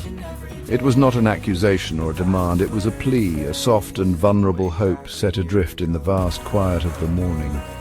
Lee looked at her, his expression gentle. He did not answer right away. He lifted their joined hands and looked down at them as if the answer were written there. Then he looked out at the endless horizon of the ocean, where the pale blue of the water met the soft colors of the sky. "This is my home, Tita," he said, his voice low and steady. "A man always comes home." He did not say when. He did not make a promise he might not be able to keep. But in his words there was a truth she could hold on to. He squeezed her hand one last time, a final silent message passing between them before, slowly, he let it go. At the edge of the beach, where the hard-packed sand gave way to softer dunes and the first line of palm trees, a small figure stood watching. It was their daughter, Linda. She was 10 years old, a child standing on the very cusp of understanding the world's deep and quiet sorrows. She had followed them from the house, keeping her distance, knowing without being told that this was a moment that belonged only to them. In her small hands she clutched a glass jar. Inside, a few captured fireflies from the night before blinked their faint, fading lights. A tiny galaxy of green sparks held captive. Linda stood perfectly still, half hidden in the long shadows cast by the palms. The warm, humid air felt heavy on her skin. She watched her parents as they walked, two distant figures against the brightening sky. She could not hear their words, but she did not need to. She understood the language of their slow steps, the way they held hands and the final, gentle way they let go. From her vantage point, she saw the space that opened up between them after their hands parted. It seemed vast and final, an invisible line drawn in the sand that could not be uncrossed. Her heart felt a strange, dull ache she did not have a name for. She saw her mother turn and begin the slow walk back toward the trees, toward her. Tita did not look back at Lee. Her head was bowed, her steps just as measured as they had been before. Linda watched her father stand alone for a moment, a solitary figure looking out at the endless water. The breeze coming off the ocean was a little stronger now, and it lifted the hem of his light coat, making it billow out behind him like a sail. He looked so small against the immense backdrop of the sea and the sky. He was just a man, her father, and he was leaving. Then he turned. But he did not turn toward them. He turned and began walking down the beach, away from the place where Tita had left him, away from the path that led back home. He walked with a steady, determined pace, his gaze fixed on some distant point down the shore. He did not look back, not once. Linda watched him go, her eyes following his retreating form until he was just a small, dark shape in the distance. The wind caught his coat again, and for a moment it looked as if it might lift him away entirely. The fireflies in her jar pulsed, their light growing weaker and weaker in the growing daylight. The image of her father walking away became etched in Linda's mind forever. There were no shouts, no tears, no grand gestures of farewell. Only the quiet, steady rhythm of his steps and the wind lifting his coat. He did not look back. That detail would stay with her for the rest of her life. It was not coldness, but necessity. Looking back would have been too hard. Her mother placed a gentle hand on her shoulder, and together they listened to the sounds of the morning. The waves continued their soft sighing. The world kept turning, but for Linda everything had changed. That moment became a cornerstone of her memory. A quiet love, a poignant farewell. It was not a scar, but a smooth, worn stone she carried, a promise etched forever in the sands of Panama. The night was a shroud over East Berlin, cold, silent. Snow fell in lazy fat flakes, coating the ruins of the city in a deceptive white peace. My name is Lee Rinker, a name nobody here knows. Tonight, I was a ghost, a whisper in the frigid air of 1950. The industrial building loomed before me, a skeletal giant against the bruised purple sky. Its windows were dark, like hollow eyes staring into nothing. The place was meant to be forgotten, a casualty of a war that had ended only to birth another, colder conflict. My mission was simple on paper: infiltrate, document, escape. But simple things have a way of getting complicated in this city of walls and whispers. I moved from the deeper darkness of a bombed-out storefront. My boots made no sound on the fresh snow. Each step was deliberate, calculated. The air tasted of coal smoke and fear. This whole sector was a hornet's nest, crawling with Vopos and Stasi informants. A wrong move, a single misplaced cough, and the game would be over. The building wasn't just derelict, it felt malevolent, a tomb waiting for another occupant. I scanned the street one last time. Empty, just the falling snow and the distant mournful wail of a train. I was alone, utterly and completely alone. A man on an island of concrete and ice surrounded by a Red Sea. The cold seeped through my greatcoat, a familiar, unwelcome friend. It kept me sharp. It reminded me that comfort was a luxury I couldn't afford.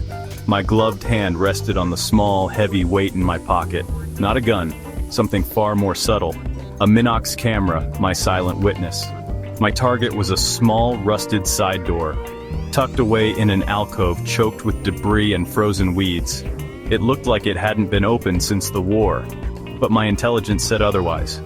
Intelligence. A fancy word for a desperate rumor passed along a chain of terrified people. I had to trust it. It was all I had. Reaching the door, I ran my fingers over the corroded metal. The rust felt like dried blood under my glove. There was no lock to pick, just a simple, heavy latch. Too simple. A trap? Perhaps, but orders were orders. I braced myself, putting my shoulder into it. The hinges screamed in protest, a sound that ripped through the quiet night like a gunshot. I froze, my heart hammering against my ribs, a frantic bird in a cage. I listened, waited. Only the wind answered, whistling through the building's broken teeth. I slipped inside, pulling the heavy door closed behind me, plunging myself into absolute suffocating darkness.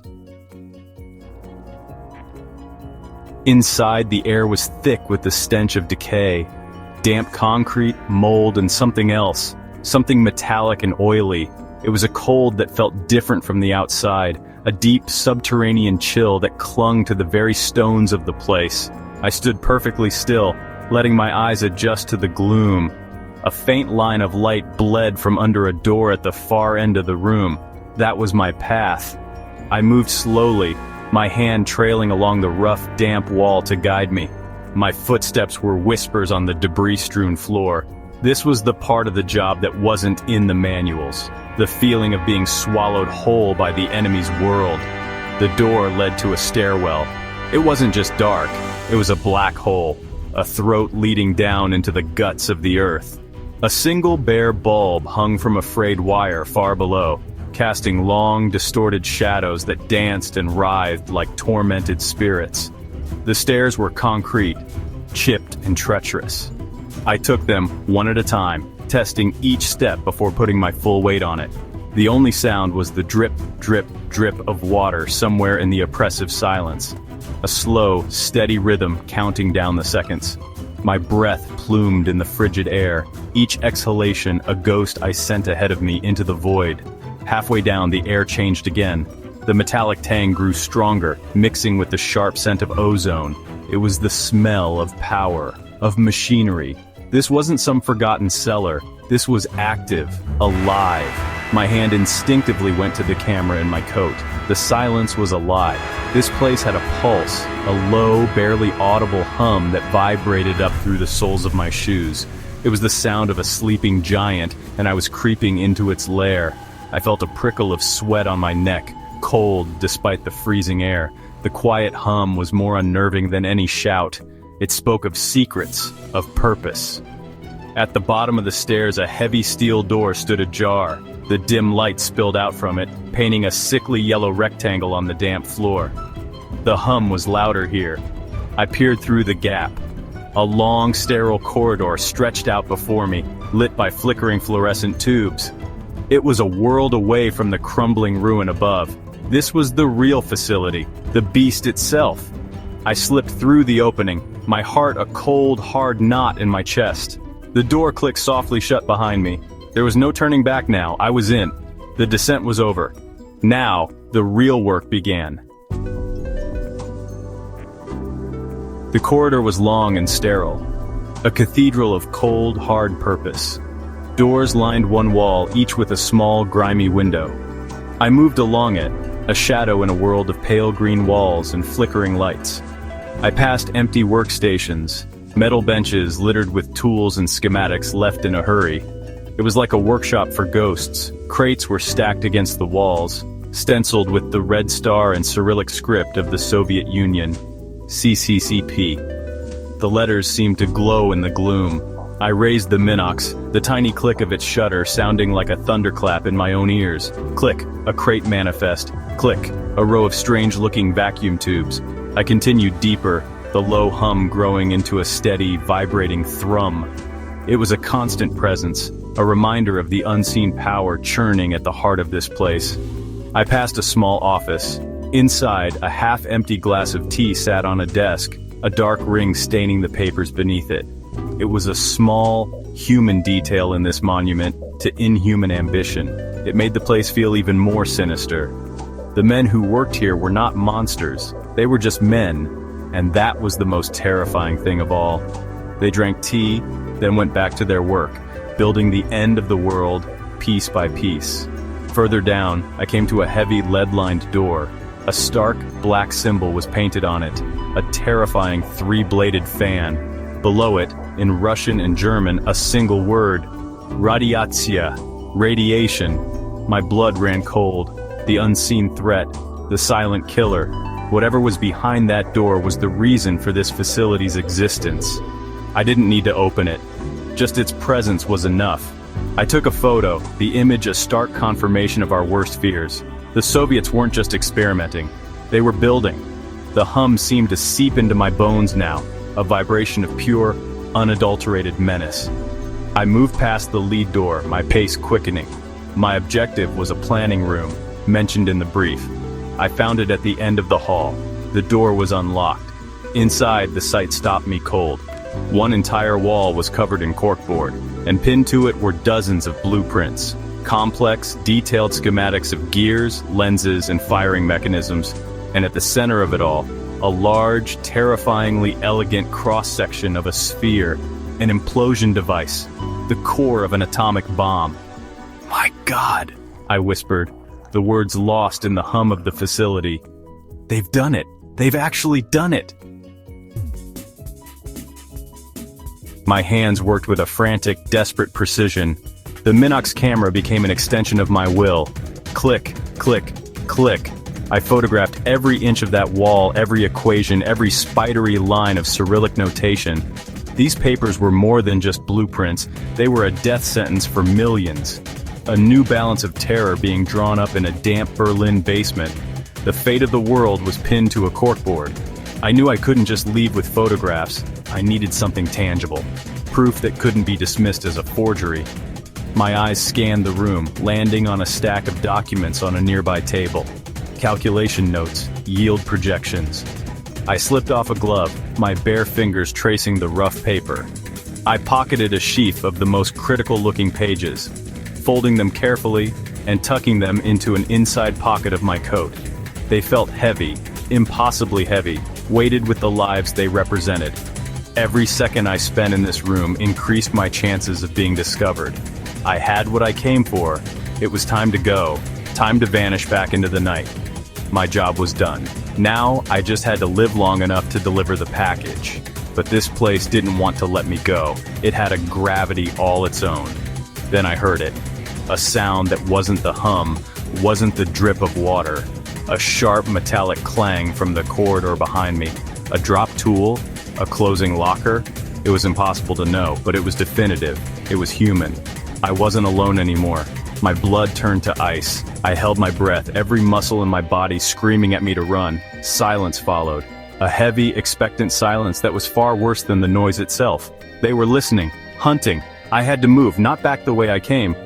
Towards the emergency exit, shown on a fire plan near the door. A gamble. My only gamble. I slipped out of the room, turning away from the main corridor and hurrying down a narrow service passage. My heart was a drum, beating a frantic retreat. Behind me, I heard the heavy tread of boots, shouted words in Russian. They knew. The hunt was on. I burst through a final door and up a short flight of steps, shoving a crash bar with all my might. The door flew open and the cold night air hit me like a physical blow. I was out, back in the snow-dusted alley. Behind me, the facility door was thrown open, a beam of light cutting through the darkness. Headlights flared to life at the end of the alley, pinning me. I didn't hesitate. I vaulted a low wall and disappeared into the labyrinth of ruined Berlin, just as the first shot rang out. The year is 1950. The date a cold mark on a calendar I would rather forget. East Berlin was a ghost tonight, shrouded in a thick, wet fog that clung to everything. It muffled the world, turning distant sounds into vague threats. I pulled the collar of my worn coat tighter around my neck, the dampness seeping into the wool. My name is Lee Rinker, but tonight I was just a shadow among other shadows. The industrial site loomed ahead, a collection of dark skeletal shapes against the charcoal sky. Each building was a silent testament to a forgotten war, and the new, colder one that had taken its place. The air smelled of coal smoke and damp earth. My mission was simple on paper, but deadly in practice. Infiltrate, document, escape. The target was a seemingly abandoned factory complex on the edge of the Soviet sector. Intelligence suggested it was more than just a relic of industry, it was a front. My boots made no sound on the muddy ground as I moved along the perimeter fence, its rusted wires groaning softly in the night breeze. I kept my breathing steady, a slow, controlled rhythm that fought back the chill and the fear. Every flicker of a distant street lamp, every gust of wind felt like an eye watching me. Paranoia is a tool in this line of work, a second set of senses you learn to trust. I reached the designated building, a hulking brick structure that looked ready to collapse. Its windows were dark, shattered eyes staring out into the fog. The paint peeled from its walls like sunburnt skin, revealing the grim gray brick underneath. This was the place. The brief said it was used for storage, but the low, almost imperceptible hum vibrating through the ground told a different story. This was not a place for storing spare parts or forgotten machinery. It was alive. It had a pulse. My hand instinctively went to the small, cold weight of the camera hidden in my pocket, its presence a small comfort in this sprawling concrete graveyard. The plan called for a side entrance, a detail gleaned from a contact who was now likely dead or in a gulag. I found it exactly where he said it would be, a narrow steel door, painted over in a futile attempt to hide the rust bleeding through. It was tucked away in an alcove, shielded from the main yard. I knelt, my fingers tracing the outline of the lock. It was old, a simple tumbler mechanism. From my sleeve I slid out the skeleton key. It felt foreign and ancient in my gloved hand. The cold metal bit into my palm as I prepared to turn the key, every nerve screaming that this was the point of no return. The key slid into the lock with a gritty protest. I applied gentle, steady pressure, feeling the pins inside the mechanism. There was a soft click, a sound that seemed impossibly loud in the oppressive silence. The door groaned open on its hinges, a low, mournful sound that echoed the weariness of this place. A wave of stale, cold air washed over me, carrying the scent of decay and oil. I slipped inside, pulling the heavy door closed behind me until it latched with another dull thud.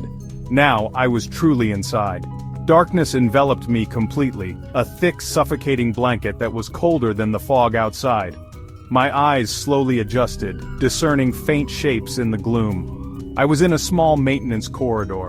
Ahead of me, a stairwell spiraled down into the earth. There were no lights here, only the faintest hint of a glow from far below, casting long, distorted shadows up the concrete walls. Each step downward was deliberate. I placed my feet carefully, avoiding loose debris, testing the integrity of the concrete before committing my full weight. The air grew colder, heavier, and the low hum I'd felt outside became a distinct, resonant thrum. It was the sound of powerful machinery, working tirelessly in the deep. The descent felt endless. The circular stairwell seemed designed to disorient, to make one lose all sense of direction and depth. The only sound was the soft scuff of my own boots and the ever-present hum. Faint lights began to flicker into view from the level below, casting a sickly yellow-green pallor on the damp walls. The light was inconsistent, pulsing like a weak heartbeat. It revealed streaks of grime and moisture running down the concrete, patterns that looked like tears shed by the building itself. This facility was breathing, and I was moving deeper into its lungs. I reached the bottom of the stairs and paused in the shadows, letting my senses take over. The corridor stretched out before me, a long, straight tube of concrete and steel. Pipes and thick cables lined the ceiling, disappearing into the darkness at the far end. The air was thick with a metallic tang, the taste of electricity and ozone. The flickering lights cast my shadow as a grotesque, elongated figure that danced and swayed with every pulse of energy. I was a foreign body here, an infection in the system, and I knew that at any moment the system might try to purge me. The real work was about to begin. I moved forward, hugging the wall, my steps measured and silent. The corridor was a sterile, unforgiving environment. Every few meters, a stenciled sign in stark red Cyrillic script warned of high voltage or restricted access. I raised the Minox camera, its tiny lens a spyglass into this secret world. Click. A photo of a junction box with Soviet military markings. Click. A close-up of a stenciled inventory number on a sealed wooden crate. Each photograph was a small victory, a piece of the puzzle I was sent here to assemble. The crates were stacked high against one wall, their contents a mystery that fueled my unease. The sheer scale of the place was unnerving. The main corridor branched into smaller arteries, each leading deeper into the complex. I chose a passage to my left, following the thickest cluster of electrical conduits. The hum grew louder here, accompanied by a rhythmic clanking, like a giant, metallic beast shifting in its sleep. The flickering lights were more stable in this section, casting a steady, jaundiced glow. I photographed everything. The layout of the passages, the locking mechanisms on the doors, the faded chalk marks on the floor left by workers. Each image was a breadcrumb for the analyst back home. I documented a series of steel lockers, each bearing a soldier's name and number. They were empty, their doors left slightly ajar, but their presence confirmed this was a military operation. This wasn't just a factory or a storage depot, it was a fully staffed, clandestine base hidden beneath the streets of East Berlin. The thought sent a fresh wave of cold dread through me. I was not just trespassing in an old building, I was walking through the nerve center of an enemy operation. The risk had just multiplied tenfold. My hand tightened on the camera, its metallic body a small, solid anchor in a sea of uncertainty. Continuing down the hall, I photographed a long row of what looked like control panels, their gauges and dials all inert. Dust covered their surfaces, suggesting this section was either old or temporarily decommissioned. But the power humming through the walls told me the heart of the facility was active somewhere nearby. I was a ghost walking through a machine, capturing its secrets one frame at a time. The silence between the rhythmic clanks was absolute, a heavy pressure on my eardrums. I felt profoundly alone, a solitary hunter in a vast concrete jungle, aware that at any moment, I could become the prey. I reached the end of the corridor, where it terminated at a single imposing door. It was different from the others. This one was made of thick, reinforced steel, with a heavy wheel lock in the center instead of a simple handle. There were no windows, no grills, just solid, impenetrable metal. A single stark symbol was painted on it in black and yellow, the trefoil sign for radiation. Below it in Russian the words read, "Danger, do not enter." My heart hammered against my ribs. This was it. This was the core of the facility, the secret that justified this entire operation. I leaned closer, pressing my ear against the cold steel. The humming was loudest here, a deep, powerful drone that vibrated through the door and into my skull. But beneath the hum there was something else. A faint, almost inaudible ticking sound. It was steady, methodical, and utterly menacing. The air around the door felt different, charged with an unseen energy. My mind raced with possibilities, each one more terrifying than the last. What were they building in here? What kind of unholy science was being practiced in the bowels of Berlin? I had to know, but every instinct screamed at me to turn back. My mission parameters were clear: document, do not engage. But the temptation was immense. One look inside could change everything. My hand slowly reached for the locking wheel, my fingers brushing against its cold, gritty surface. I could feel the immense weight of the mechanism. Just as my resolve hardened, just as I prepared to commit to the irreversible act of opening the door, a sound echoed from behind me. It was faint, but unmistakable in the charged silence of the corridor. A sharp, metallic scrape. The sound of a boot heel hitting a loose piece of metal. I froze. Every muscle in my body went rigid. My hand dropped from the wheel. My breath caught in my throat. I didn't dare turn around. I stood perfectly still, a statue carved from fear, straining to hear over the pounding of my own heart. The humming of the facility seemed to fade into the background, replaced by a silence that was now filled with imminent threat. Someone else was in the corridor with me. I was no longer alone. My face was a mask of concentration, my eyes wide in the dim light, listening, waiting. The hunt was over. Now I was the one being hunted. If you think Cold War espionage was all about fancy gadgets, think again. Sometimes it was just a man, a camera, and nerves of steel. Welcome to East Berlin, 1950. Lee Rinker moves quietly through the fog-soaked streets of East Berlin. Every footstep echoes off crumbling walls. Every shadow feels like a threat. He reaches his target, a Soviet-controlled factory.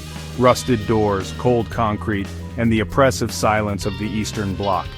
He slips inside with a simple key. No alarms, no guards in sight.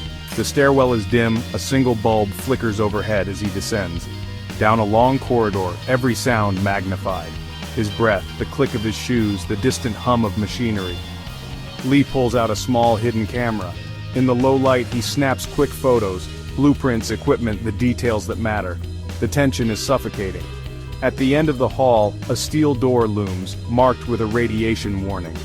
Lee edges closer, then, suddenly, a metal clank rings out behind him. He freezes. Heart pounding, he melts into the shadows, waiting, listening. In 1950s Berlin, silence is never safe. End of part 1. The snow falls, silent and cold, as Lee Rinker risks everything beneath East Berlin. Lee Rinker stands in the shadows, surrounded by crates stamped with Soviet warnings. He snaps photos. Every click echoes in the silence, his pulse racing. A folded blueprint slides into his coat, proof of a secret nuclear operation. Suddenly, footsteps, heavy, deliberate, getting closer. A Soviet officer's shadow creeps across the concrete. Lee presses himself behind a stack of crates, barely breathing, his heart hammers in his ears. The officer lingers, then moves on. Lee counts to 10. He slips from the shadows, weaving through the maze of crates. He finds the side tunnel, feet crunching softly on gravel. Soon, he's crawling through a sewage drain, the icy air biting at his face. He emerges in a deserted, snow-covered Berlin alley. The city is silent, except for the distant hum of a patrol car. Headlights sweep the walls. Lee flattens himself into a doorway, the blueprint pressed tight to his chest. As the lights fade, Lee pushes forward, disappearing into swirling fog. He carries proof that could shift the balance of the Cold War, if he survives the night. If your welcome home is icy, you're probably a spy. If your allies greet you with suspicion, the real danger may be just beginning. For Lee Rinker, no one is above suspicion. The door shuts with a hollow thud. Lee Rinker stands in the sterile light, the smell of old paper and burned coffee lingering. 3 figures sit across a steel table, faces unreadable, eyes calculating. A tape recorder spins to life with a click. "Where did you get these documents, Mr. Rinker?" The interrogator's voice is clipped, no hint of welcome, only accusation. Lee meets their gaze, steady. He draws the schematics from his coat, placing them on the table with quiet precision. "The world needs to know what they're building," he replies, his voice low, measured. "You sent me to find proof. I found it." A beat of silence. One officer shifts, uncomfortable, the others trade glances, calculation, uncertainty, distrust lingering in the air. "Are you aware of the diplomatic consequences of this breach?" The interrogator presses, tone colder than the Berlin streets Lee fled. Lee's jaw tightens, but he says nothing more. The tape recorder stops. "We'll be in touch. In the shadows of the Cold War there are no heroes, only survivors." The evening air is soft and warm, carrying the distant call of birds across the garden. Lee sits on the veranda, his gaze following the laughter of his daughter as she runs barefoot through the grass. Tita settles beside him, her hand resting lightly on his arm. Tita. She has your strength, but she still smiles like mine. Lee, I hope this would be enough, just quiet, for a little while. For a moment the world is still. Then a sharp knock at the door breaks the calm. Lee rises, his heart tightening, and opens the door to find a man in a dark suit. Without a word, the man hands Lee a sealed envelope and disappears into the dusk. Lee turns the envelope over in his hands, feeling the weight of old memories. He breaks the seal, inside a single message. "We need you again."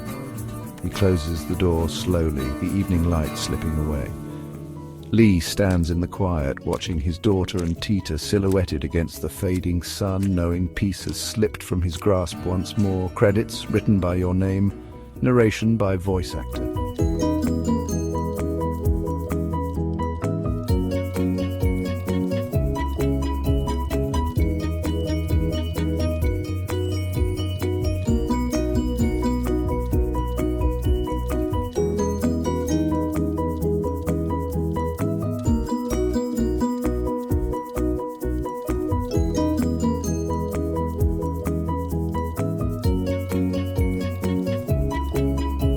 Not every war is fought with guns. Sometimes it's a briefcase and a heartbeat. Lee Rinker moves through the crowd, tailored suit flawless, American flag pin gleaming. His face is calm, but inside, every moment counts. Under his coat, metal canisters press cold against his ribs, in his briefcase sealed documents. He glides past customs. Officers eye him, a flicker of suspicion, but the diplomat's shield is ironclad. They wave him through. Trains rattle, planes roar, Rinker's eyes never rest. Every checkpoint is a risk, every step a gamble.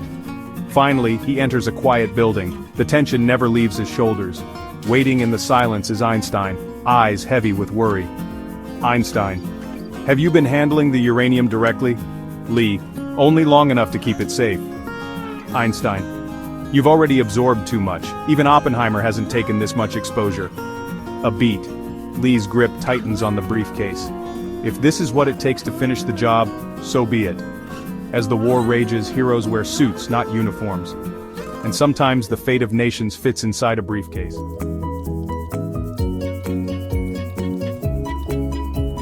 I sit across from Einstein in his study. The room's quiet, except for the faint click of a Geiger counter on the desk. Chalkboard walls filled with equations surround us, reminders of the weight of what we've done. Einstein looks at me. His eyes are tired. "I'm afraid I have bad news, Mr. Rinker. You've exceeded safe radiation levels." A chill runs through me. sharper than the winter outside. I try to keep my voice steady. How bad is it? He sighs. Even Oppenheimer never took this much. If you continue, it will kill you. I stare at my hands. The skin looks the same, but I can't feel anything. Not really. Quietly, I answer, then I'll stop, after one more delivery. Einstein doesn't argue. He just nods, slow and heavy, as if he already knows what it means to carry a burden like this. I stand up, fold my coat, adjust my tie. A simple habit, but it feels like armor for whatever comes next. The air outside bites at my face as I step out into the cold. I'm not sure how many tomorrows I have left, but the mission isn't done. Not yet. Are you haunted by stories that end in silence? Lee Rinkers is one of them. A man, a mission, and then nothing. It's 1945. A cold night on a military airfield. Lee Rinker boards a cargo plane. Just a single duffel bag, collar turned up against the chill. The only witnesses, fog drifting across the runway, and the silent promise of a classified mission. Passports stamped with diplomatic seals, shadowy meetings in quiet, dim-lit rooms, glimpses of briefcases, coded documents, foreign cityscapes flickering past train windows. Every step Lee takes, the world grows quieter. Weeks later, a hotel room empty, a coffee cup still warm, a jacket neatly folded over a chair, but Lee Rinker himself, gone. His paper trail ends. The phone never rings, no medal, no burial, just a ripple, and a silence that stretches for decades. Lee Rinker was never officially heard from again. A name lost to history, a man swallowed by secrets. So, what really happened on that last mission? The truth is locked away somewhere between the shadows and the sunrise. And maybe that's where he wanted it to stay.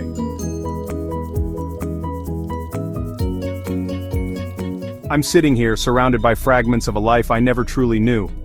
Old photographs worn at the edges, documents stamped classified, an American passport, yellowed with age. There's a picture of Lee Rinker in uniform, a face I recognize only from faded stories, a newspaper clipping, headlines screaming about the war. And this letter, the one nobody ever talked about.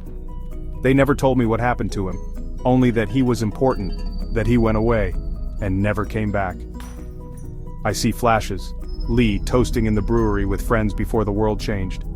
Him slipping through dark alleys, evading the Nazis. Shaking hands with the Allies, his eyes tired but proud. Delivering the uranium, his expression unreadable. And then, vanishing, just like the stories said. I place the final piece, a photograph of Lee and Tita, smiling in a moment of peace, into the folder. I close it, hands trembling. Now I understand, and I had to tell the story. I slide the file into a drawer marked, "The Ripples of War." Fade to black.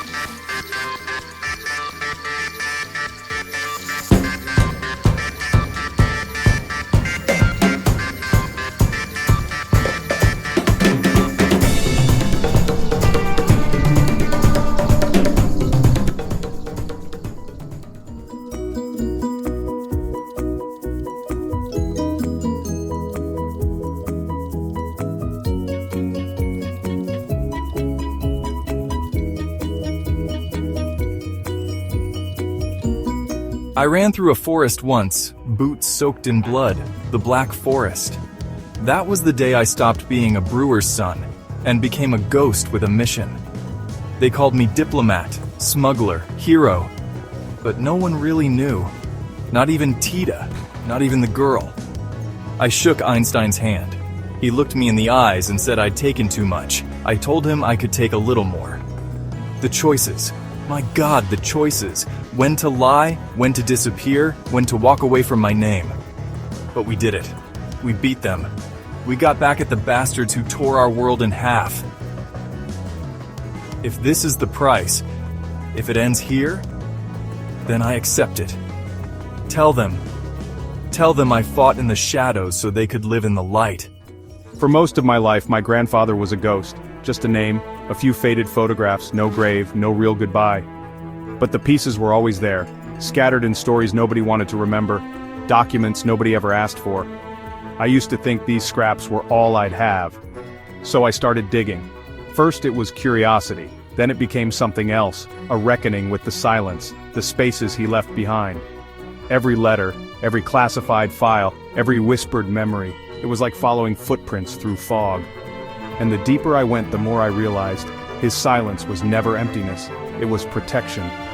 He carried more than secrets, he carried the weight of what he'd seen, what he'd done. And that cost him more than I ever knew. Now I understand why he never told the story, and that's why I have to, not just for me, but for him. To give him the ending he never had. The war ended a lifetime ago, but its ripples, they reached me. I'm where they stop. Gently. This is the last ripple.